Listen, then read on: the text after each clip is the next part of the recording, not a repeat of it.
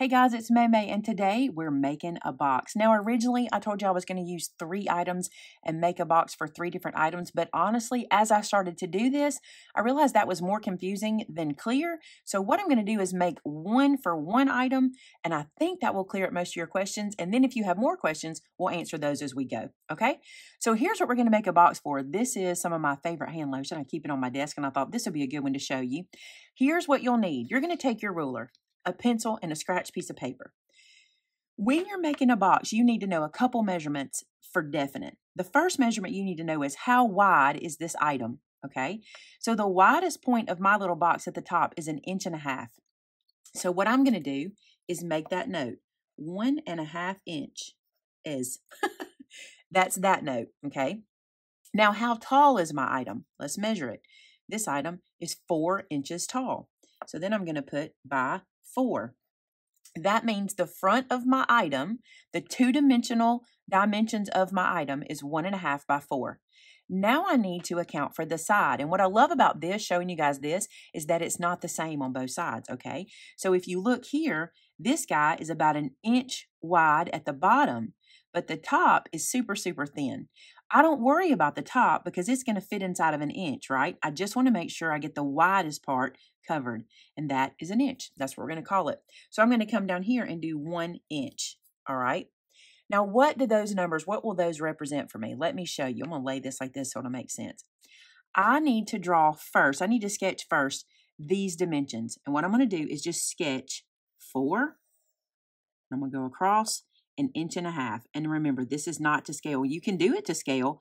I'm not going to do it to scale. Scale will come in a few minutes, okay? So in my mind, gosh, that's pretty close. This is the size of that box, all right? Now that 1 inch number, where does it matter? It matters on the sides of our box. Now, what are the sides? All 4 sides. That's what will be the side of our box when it closes. So what I want to do here is I want to add 1 inch all the way around. So I'm just going to go just like this, and I want you to imagine what I'm doing. I'm just building up the sides of our box so that it can close around this item. All right, so if I stopped right here and I had this shape, I could cut this out, fold this down. I'd have to do some fancy footwork here because I don't have tabs yet, but we're getting to that. Okay, that's coming. But this technically would fit around this box. Now, I want to make a single sheet box. I want to be able to use one piece of cardstock, cut it, score it, fold it, and glue it together, and then put this guy in it. So what do I need to do next? I need to add the bottom of the box. Here's the top. I'll write that here. This is the top of our box, okay? So I need to add the bottom. So that means I'm going to come out here 1.5 inches. And this becomes the bottom of our box, all right? And I'll put bottom, and that helps. Make notes wherever you need to. Now, here's what that means. When I cut and score this guy folds down, this lays flat, this folds down, this folds under, but do you see how this ends and this ends? If I don't have a tab to attach these two together, then it won't work. So what I'm going to do is go ahead here and add a tab. Now, my tabs are always little angles, and I like 1/2 inch tabs. So I know that's 1/2 inch I just added there. Okay, so these guys will now wrap around and close. But what does that leave me for the top and the bottom? For the bottom of the box, I like a simple closure. And here's what I mean. I don't like extra tabs at the bottom. I don't like these pieces. Some people will leave these pieces and just tuck them in, but to me, they get in the way. I use them sometimes. If I need them to help me square up a box, I use them. And what that means is you would just leave these here, just like this. We would close this out, okay? And we would know to slice, slice, etc. I'll do that so you can see it, and I'll show you also how you can just take them away. Now, I want the top of my box to tuck in. I want it to tuck into the top, you know, like if I were buying this at the store and it would pop open like that. I want that to happen. In order for that to happen, I need to add to this lid. So what you're seeing right here is the lid that would lay over this guy, okay? So I need to add a little tab. And again, I like 1/2 inch and I like angled edges, all right? So I have to have that. Now I'm already going to have this guy. He'll already be living here because of the height of my paper. So these are going to be little side tabs, okay? But I won't need a tab here or here because these are going to do the work. Now, do you see how this is? Now, we've got to get our measures and our scores at this point, okay? So, the first thing I'm going to do is I'm going to come out here beside this, and I'm going to make little lines everywhere everything is, okay? And now I'm going to make the measures of what they are, and here's what I mean.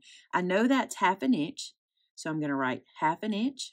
I know this is 1.5. How do I know that? If I add 1 inch to 1/2 inch, that's 1.5, okay? But we've not discussed this length yet, and let me tell you what we're going to do. If I make this box 4 inches exact, it will be exact on this item. I don't want exact. I need a little bit of give in there so that this guy can sit well and the lid can close good. So I like to add 1/4 inch. Now, ideally, I would add a 1/8 inch, but you guys don't love 8s, and I get it. I don't like them either. So I'm going to add 1/4 inch. So what does that mean? What was this measurement before in the middle? What was our top? It was 4 inches. So instead, I'm going to make it 4 1/4. So that means to 1.5 inches, I need to add 4 1/4. So I know that will be 5 3/4. So that means here, I'm going to write 5 3/4. What am I getting here? These are score marks. Do you see that? Those are score marks. Now, this number adds 1 inch to that. And what would that number be? 6 3/4. So what is this number? This number is the height of the cardstock we need. So I can come down here and say I need a 6 3/4 piece of cardstock by, and where do I get that by? I got to go this way, right? So let's do the same thing. This guy is 1 inch. Okay, if I add 1.5 inches to that 1 inch, this is going to be 2.5, right? If I add 1 inch to that, this is going to be 3.5. So now I've got 3.5 here. I need to add 1.5 inches for this. So if I add 1 inch, that makes that 4.5. And when I add that 1/2 inch, that makes that 5. So this mark is 5. Now this one will be 5.5. That will be the size of my cardstock. So I'll come down here and do 5.5. Now there's nothing left to do but test out our measurements. And this is how I like to do it. I'm really bad at math, and I've told you before is that numbers mess with me, right? So I'm just going to take this straight to the scoreboard and mimic it and see how it went. Breaking in here to ask you to hit that red subscribe button. It's free. Also hit the bell button beside it. You can help me reach my big goal this year of 400,000 subscribers. Okay, back to crafting. So I'll take a piece of cardstock, and what I like to do is use something that's just like, not throwaway, but not cardstock that is precious, okay? This is just testing cardstock. So I'm going to cut this piece to 6 3/4 by 5.5. And this is going to be our tester. Sometimes I call it my template, but this one is really a tester because we're going to put it together. Now let's go to our scoreboard. Now I want to show you what you do here, okay? We know this is the top of our box. We know that this width is 5.5. So our habit, my habit, is to lay my cardstock in my scoreboard on the long side. But for this one, I don't want to do that. For this one, I want to turn it this way. Why? Because I want to do all of my vertical scores first. That's just a habit of mine too. So I'm going to keep my my scores here for me to see, and I'm going to mimic them onto the page. Let's see if I can leave them where you can see them too. All right, so that means what's my first score? 1 inch. We'll come down here. So I need to score at 1. What's my next score? 2.5. I'm trusting the process. It may be wrong because my math. I'm going to go to the next one, 3.5. And the next one is 5. And you'll see when I cut that 5, it leaves me my 1/2 inch tab. All right, now let's turn it. I'm gonna turn it this way. Okay, so you see how I turned it with the tab to the top, which means I'm going to turn this guy this way. And now we're going to make these scores. So I'm working backwards here, and I'll tell you why. I like to do my 1/2 inch first. Okay, so what I'm going to do to save myself some headache. Why do I do that? I do not like to fight down here to get a 1/2 inch score. What I'm going to do is go ahead and do that 1/2 inch. So that means I'm going to come into 6 1/4 and score that. Now, just like I tell you guys on video, now that I've got that, I'm going to turn it back, and I'm going to turn this back. Okay, so now my actual score marks will match up. So now I want to score at 1.5,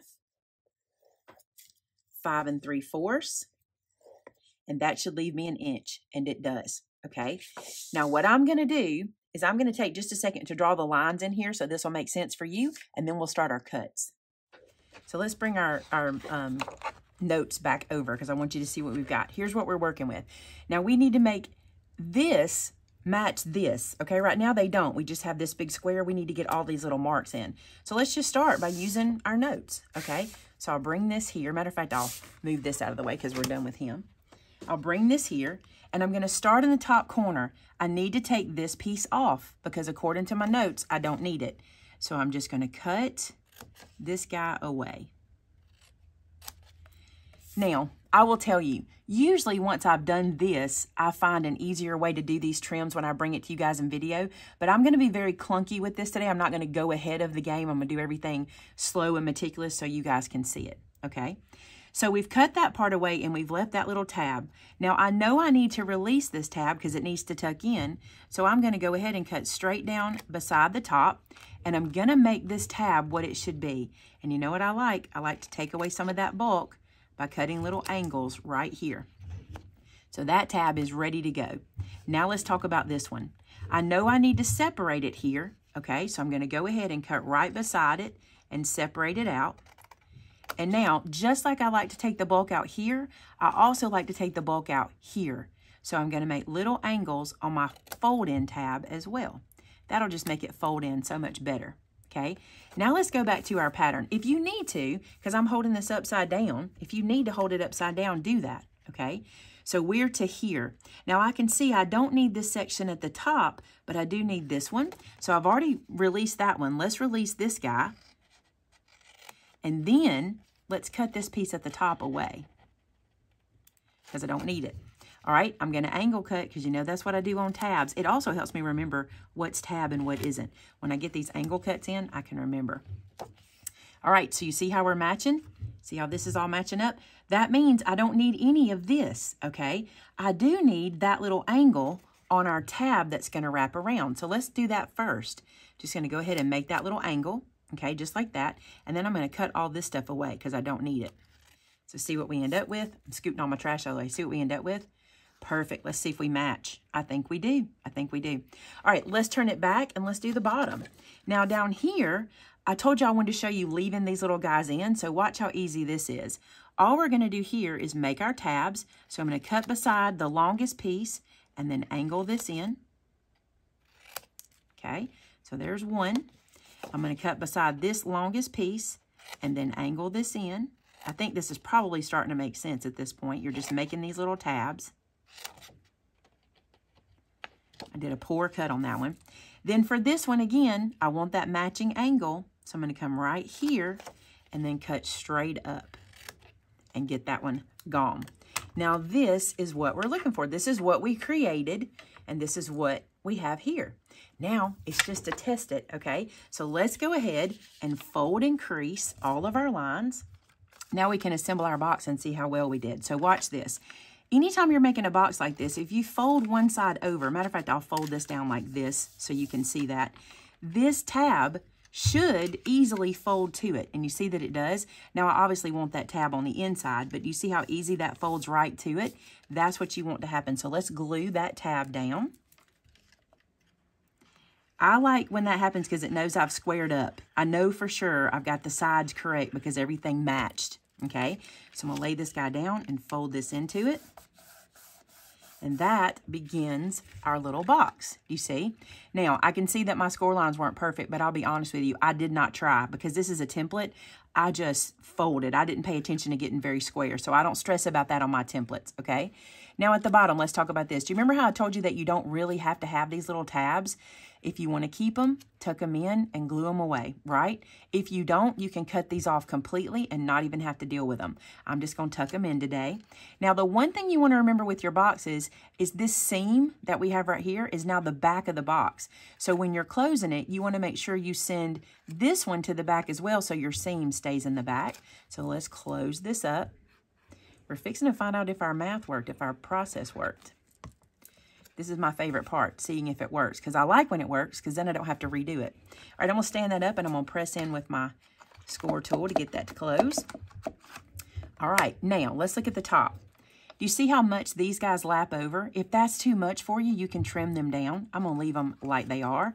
And then, well, I tell you what, I'll do it. We'll just test it real quick. Let's see if our tab will tuck in, and if we have a box. And it does. Look at that. Nice size little box, right? Okay, let's see if our lotion fits in, because if it doesn't, this is all for naught, right? Okay, here comes the lotion. Let's put this little guy inside. We have a little bit of room at the top, not too much, even though we went with 1/4 of an inch. And now we can tuck this little guy in, and this is our box. That little piece wants to fight me a little bit. And I think it's because of my tab. Let me show you. I think it's because of this tab. I can see that it's a little chunky there. I'm going to trim that down just a little bit. I'll remember that in my real project, but remember, this is just our tester. So let's see if that helped. My paper is bent because of it, so now it's wanting to fight me. There we go. Okay, so we got our little lid in, and that guy is ready for decorating or wrapping a ribbon around or whatever you want to do to give this away as a gift. So I hope, I'll put my pen in my glue before I forget, I hope this clears up the questions you guys have about making a box. Now, again, I told you I was going to do this with 3 different sizes, but it's the same process. And I felt like when I was doing it multiple times earlier, it got very confusing. So I want you to learn one first, and I challenge you to practice. Here's your challenge. Find something in your craft room and make a box for it. For example, I just reached up on my work surface and grabbed this. Make a box for it. You know, you'll learn something new. You'll see that you have to do the same thing. Of course, this one's easy because you'll know front and back it'll be the same because it's round, but I challenge you to find something in your craft room and create a box. And once you do it one time, it all makes sense. All right, guys, that's how you do it. Let me know in the comments below if I confused you or if I cleared something up for you. Also, let me know if your first box is successful. I really want to know if you're able to make one and see it come to life. The only thing I want to caution you on is remember the size of your item determines your paper, right? So there may be times when you need to put 2 pieces of cardstock together to make a box. No big deal. Just find yourself a point to put them together and do that. It's not hard. And if you want me to show you that in the future, I can do that as well. Thanks so much for watching today. I hope this helped you guys out in some way. If you want to help me out, hit that red subscribe button and help me reach my goal that I'm trying to reach by the end of the year, which is 400,000 subscribers. And until next time, guys, bye now.